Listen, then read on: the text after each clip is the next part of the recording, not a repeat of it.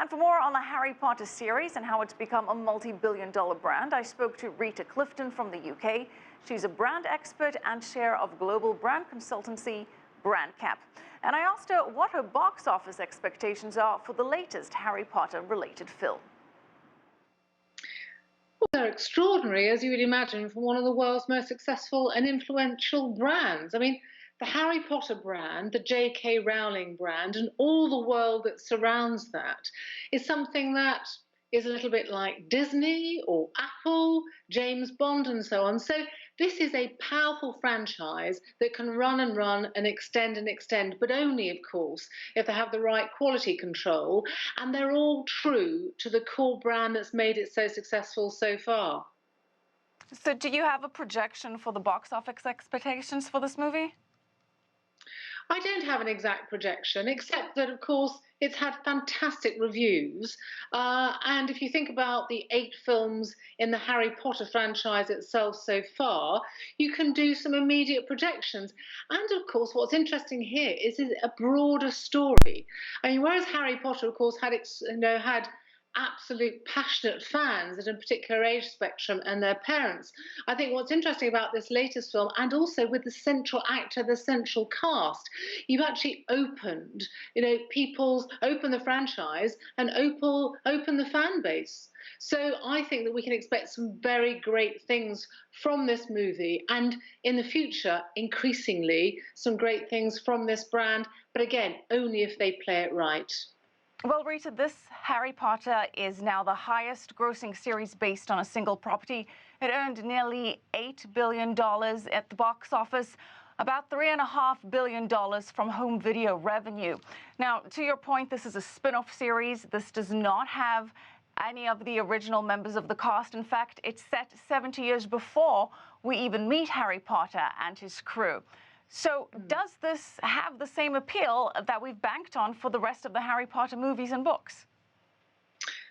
I think what's interesting here is that the Harry Potter brand obeys all the characteristics of the world's leading brands. It's very clear about what it stands for. It's about magic and humanity. Now, that doesn't just have to apply to one person any more than the Disney franchise relied on Mickey Mouse.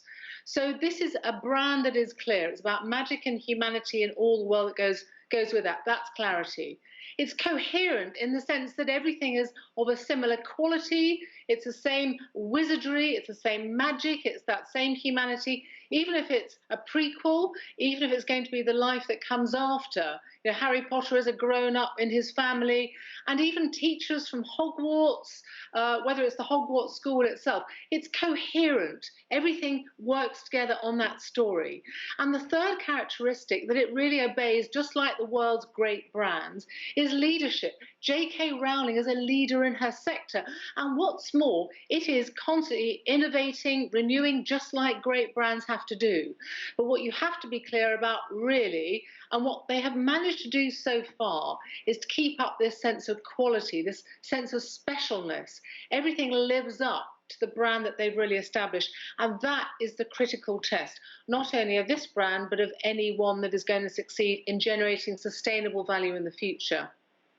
Well, Rita, it certainly is a very popular brand. Can attest to that. Personally, I'm a huge Harry Potter fan. And the Harry Potter empire now includes the books, the movies, the plays, the theme parks. In terms of merchandising, you can buy anything from replicas of the wands of your favorite character to butterbeer that the characters drink. How else can you squeeze more revenue out of this brand?